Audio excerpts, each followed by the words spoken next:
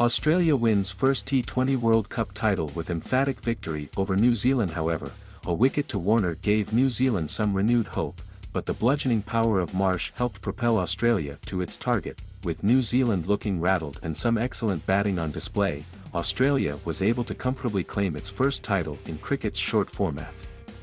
After sprinting onto the field to celebrate with Glenn Maxwell, Marsh and the rest of his teammates, Australia all-rounder Marcus Stoinis praised the team's mentality and spirit for getting them over the line. "The key is this group of boys, we actually love each other," he said.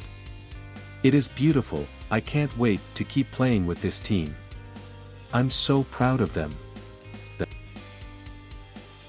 You won't find bigger supporters of Mitch Marsh than right here, apart from his family.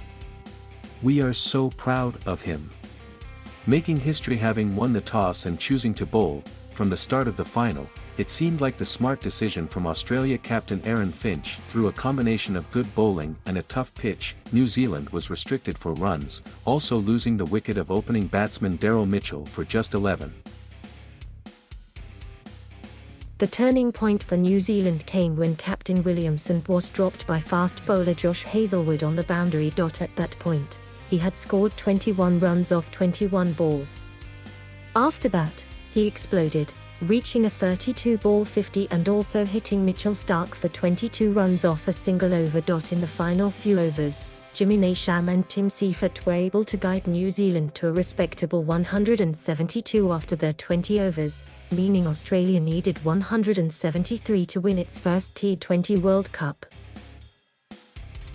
But he didn't survive much longer, with Trent Boult grabbing the wicket, his short ball being caught by Mitchell in the deep. Through a partnership between Warner and Marsh, Australia was able to rebuild, reaching 82-1 at the halfway stage, needing 91 to win. Warner reached an emphatic 51 off of just 34 balls with an emphatic 6 as Australia continued its progress to victory.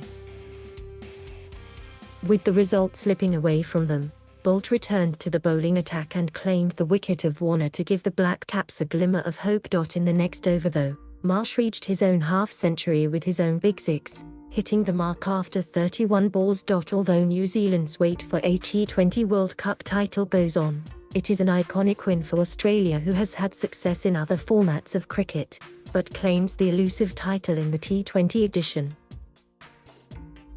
A key cog in Australia's success was leg spinner Adam Zampa, who was the team's leading wicket-taker in the tournament. After the final, in which he finished with 26 runs conceded off his 4 overs with a wicket, he said the conditions of the UAE was something he tried to maximise.